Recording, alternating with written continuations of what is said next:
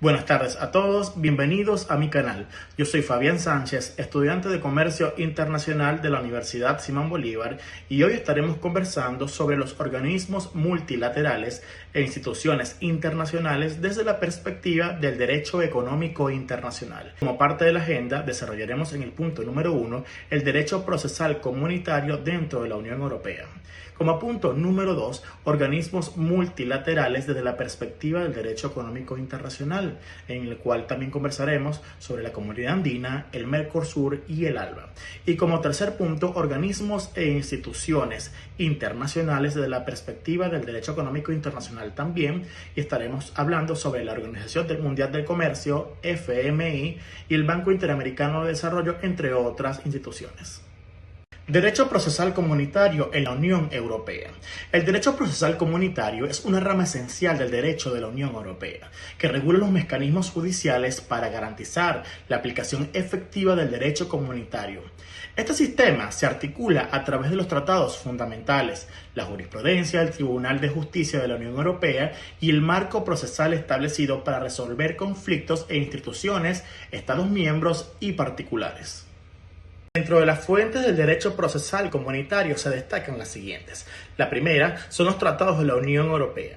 El Tratado de la Unión Europea y el Tratado del Funcionamiento de la Unión Europea establecen las bases procesales. El segundo, reglamentos y directivas, son las normas secundarias que desarrollan los procedimientos específicos. La jurisprudencia del Tribunal de Justicia de la Unión Europea es la interpretación dinámica de los principios procesales, como efecto útil y la primacía. Y de último encontramos a los convenios internacionales, acuerdos que influyen en la cooperación judicial, como por ejemplo el Convenio de Bruselas sobre la competencia judicial. Tenemos también los principios fundamentales. Principio de autonomía procesal se basa en que los Estados miembros aplican las normas procesales siempre que no menoscaben la eficacia de los derechos dentro de la Unión Europea.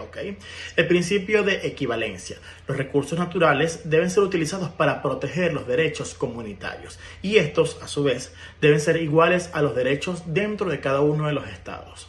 El tercero es el principio de efectividad. Las normas nacionales no pueden obstaculizar la tutela judicial efectiva de los derechos derivados de la Unión Europea. Y por último, es el principio de cooperación, que obliga a los estados e instituciones a colaborar en la aplicación del derecho comunitario. Ahora bien, con respecto a los órganos jurisdiccionales, el Tratado de Funcionamiento de la Unión Europea, inicialmente Tratado Constitutivo de la Comunidad Económica Europea, es uno de los tratados que organiza el funcionamiento de las instituciones de la Unión Europea y determina los ámbitos de aplicación, la delimitación de su ejercicio dentro de las competencias de gobierno. Es uno de los 4 textos que componen la denominada Constitución Material de la Unión Europea. Este a su vez está compuesto en 2 fases, con un Tribunal de Justicia de la Unión Europea y tribunales nacionales para cada estado. El Tribunal de Justicia de la Unión Europea a su vez se subdivide en 3 principales tribunales. Un principal, que es el Tribunal de Justicia, que trata asuntos perjudiciales y recursos por incumplimiento dentro de los estados. Está compuesto también por un Tribunal General que reconoce recursos directos de particulares, y el tercero es el Tribunal de la Función Pública. Este fue abolido en el año 2016 y sus funciones pasaron a formar parte del Tribunal General.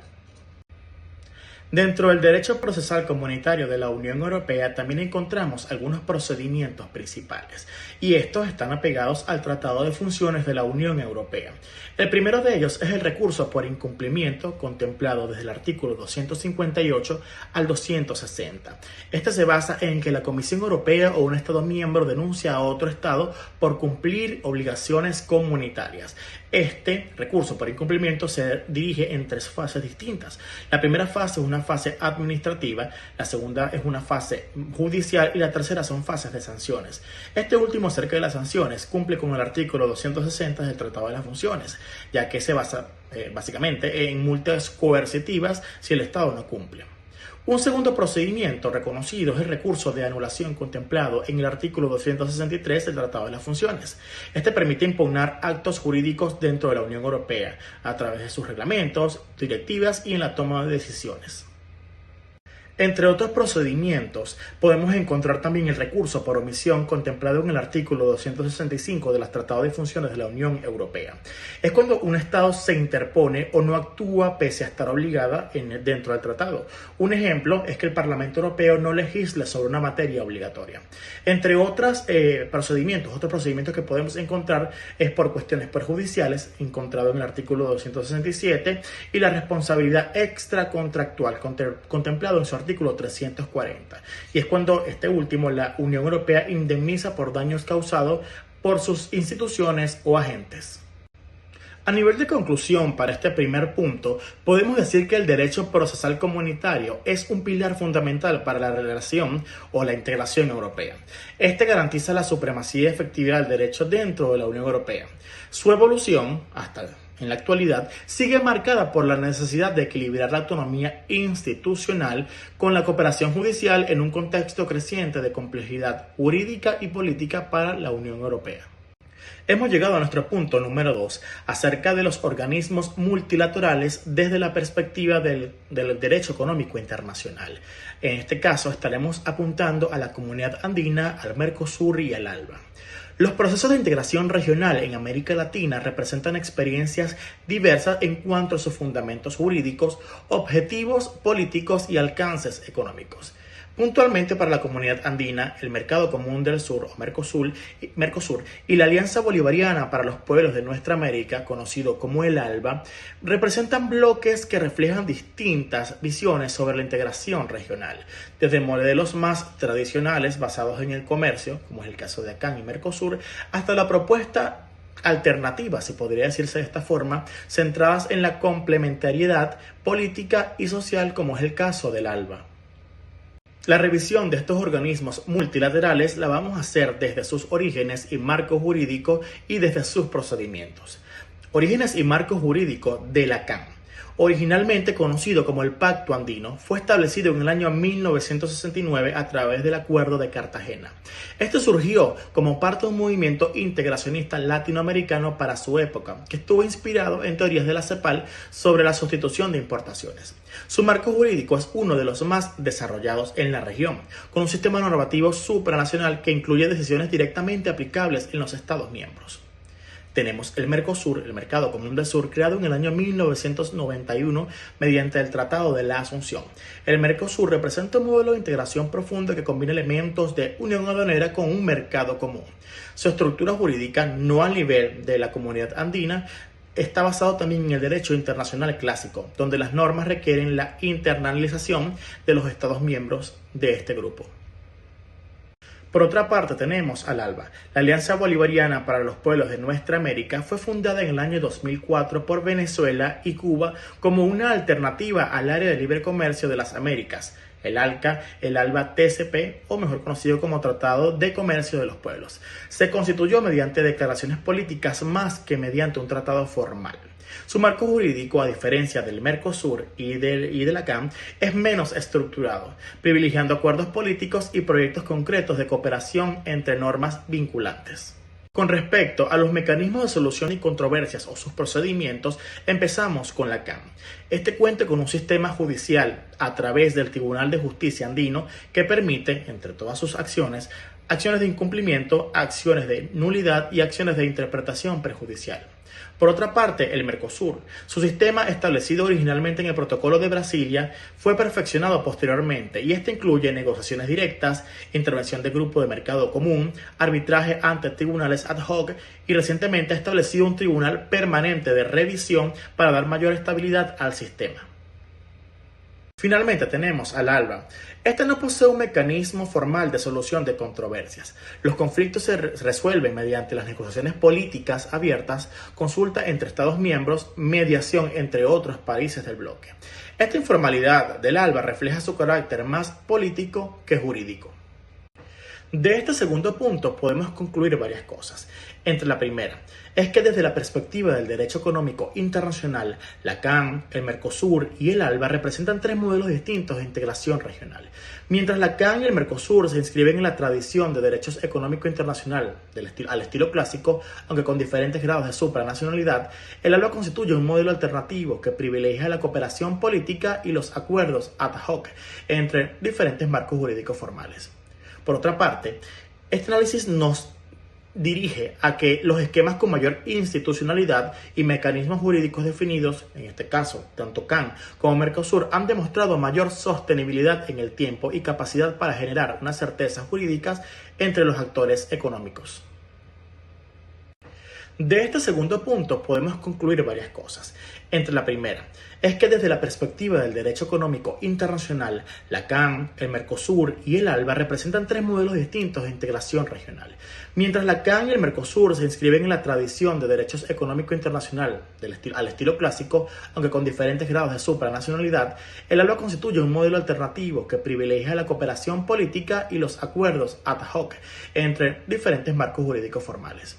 Por otra parte, este análisis nos dirige a que los esquemas con mayor institucionalidad y mecanismos jurídicos definidos, en este caso tanto CAN como Mercosur, han demostrado mayor sostenibilidad en el tiempo y capacidad para generar unas certezas jurídicas entre los actores económicos.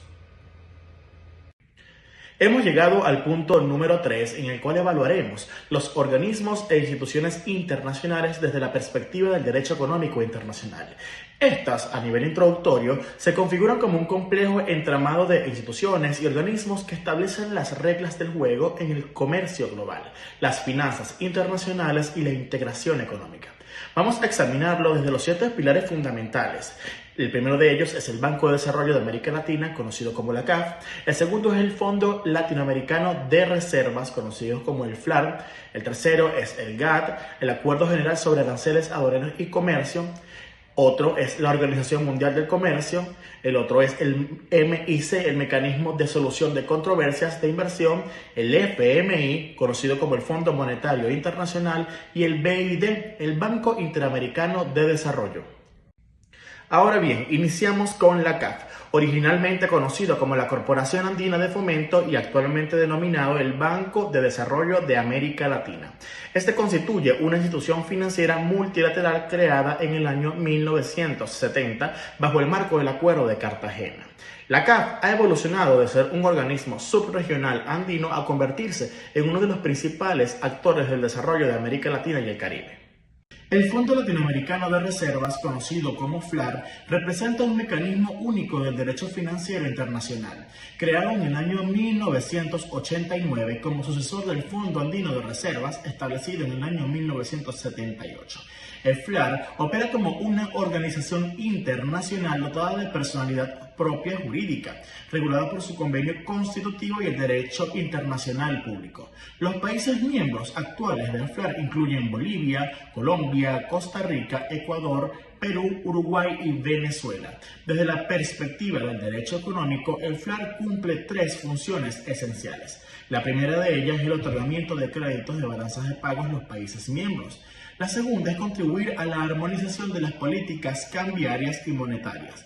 Y el tercero es servir como mecanismo de inversión en las reservas internacionales.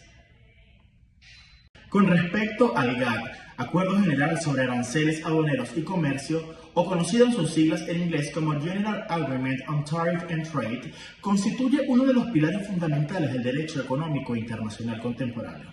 Fue firmado originalmente en el año 47 por 23 países. Surgió como un acuerdo provisional dentro del marco de la fallida Organización Internacional del Comercio y, a pesar de su carácter transitorio, el GATT rigió en el comercio mundial durante 47 años, desde el periodo de 1948 hasta 1994 con la fundación de la Organización Mundial del Comercio. Desde la perspectiva del derecho internacional público, el GATT representó un tratado multilateral sin personalidad jurídica propia, que establecía sistemas para regular el comercio internacional de mercancías. Sus principios fundamentales incluían los siguientes. El primero era la cláusula de nación más favorecida. El segundo es el trato nacional. El tercero, la prohibición de restricciones cuantitativas. Y el último, la transparencia en la política comercial. Ahora bien, al hablar sobre el GATT, esto nos lleva directamente a la Organización Mundial del Comercio, la cual fue establecida el 1 de enero del año 1995 como parte de la Ronda de Uruguay. Esto representa la institucionalización definitiva del sistema multilateral de comercio. A diferencia del GATT, la OMC es una organización internacional propiamente dicha, con personalidad jurídica internacional y una estructura institucional permanente con sede en Ginebra. Desde la perspectiva del derecho económico, la OMC se basa en el Acuerdo de Marrakech, por el cual se establece la Organización Mundial de Comercio. Este constituye un tratado matriz que contiene los siguientes anexos. Dentro de los anexos conocemos el comercio de mercancías, el comercio de servicios, aspectos de los derechos de propiedad intelectual relacionados con el comercio, solución de diferencias entre los miembros y el mecanismo de examen de las políticas comerciales que se traduce en transparencia para el resto de los miembros. El mecanismo de solución de controversias de inversión, conocido como el MIC, constituye uno de los aspectos más controvertidos del derecho económico internacional. Se trata de un sistema arbitral que permite a los inversionistas extranjeros demandar directamente a los estados receptores ante tribunales internacionales, alegando violaciones de tratados bilaterales o multilaterales de inversión. El MIC surgió como una respuesta a la necesidad de proteger a los inversionistas frente a los posibles actos arbitrarios por parte de los estados receptores, particularmente en esos países que cuentan con sistemas judiciales débiles o politizados. Los primeros mecanismos se desarrollaron en los años 50 y 60, pero fue con el boom de los tratados bilaterales de inversión en los años 90 que el sistema alcanzó su máxima expansión. Ha llegado el momento de hablar acerca del Fondo Monetario Internacional, o reconocido en sus siglas como el FMI. Fue creado en el año 1994 desde la Conferencia de Bretton Woods. Constituye una institución especializada del Sistema de Naciones Unidas y un pilar fundamental del derecho financiero internacional. Desde la perspectiva del derecho económico, el FMI posee una personalidad jurídica internacional y goza de inmunidades y privilegios en los territorios de sus países miembros. Su estructura de gobierno refleja un peso económico relativo de los países, con un sistema de cuotas que determina tanto los recursos que aporta cada miembro como su poder de voto. Como otras instituciones de carácter internacional, el FMI también cuenta con un mecanismo interno de financiamiento y supervisión. Opera principalmente a través de dos instrumentos fundamentales de carácter jurídico. El primero es acuerdos de derecho público internacional, los acuerdos de derecho de giro, o conocidos también como Standby Agreement, y otros instrumentos de financiamiento se formalizan mediante decisiones del directorio ejecutivo. El otro es la condicionalidad. El FMI condiciona sus préstamos a la implementación de políticas económicas específicas, lo que ha generado debates sobre la soberanía económica de los estados y la adecuación a través de los programas de ajuste estructural. Como otras instituciones de carácter internacional, el FMI también cuenta con un mecanismo interno de financiamiento y supervisión. Opera principalmente a través de dos instrumentos fundamentales de carácter jurídico. El primero es acuerdos de derecho público internacional, los acuerdos de derecho de giro, o conocidos también como Standby Agreement, y otros instrumentos de financiamiento se formalizan mediante decisiones del directorio ejecutivo. El otro es la condicionalidad.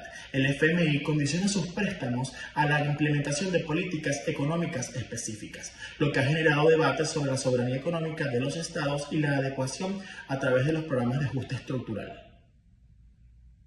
El Banco Interamericano de Desarrollo, o conocido en sus siglas como BID, fue establecido en el año 1959 y representa la fuente principal del financiamiento multilateral para el desarrollo de América Latina y el Caribe. Desde la perspectiva del derecho económico internacional, el BID es una organización de carácter regional con personalidad jurídica, creada mediante el acuerdo constitutivo del Banco Interamericano de Desarrollo. En el contexto actual del derecho económico, el BID ha asumido compromisos significativos como destinar hasta $25.000 millones para apoyar políticas contra el hambre y la pobreza dentro del marco de desarrollo de las naciones. A nivel de conclusión, podemos inferir que desde la perspectiva del derecho económico internacional, estos 7 organismos no operan de manera aislada. Estos últimos, tocados en el tercer punto de este video, conforman una red institucional cuyas interacciones configuran en el marco regulatorio de la economía global. Una vez más, gracias por asistir a mi canal. Espero que esta información sea de gran utilidad para todos ustedes. Saludos.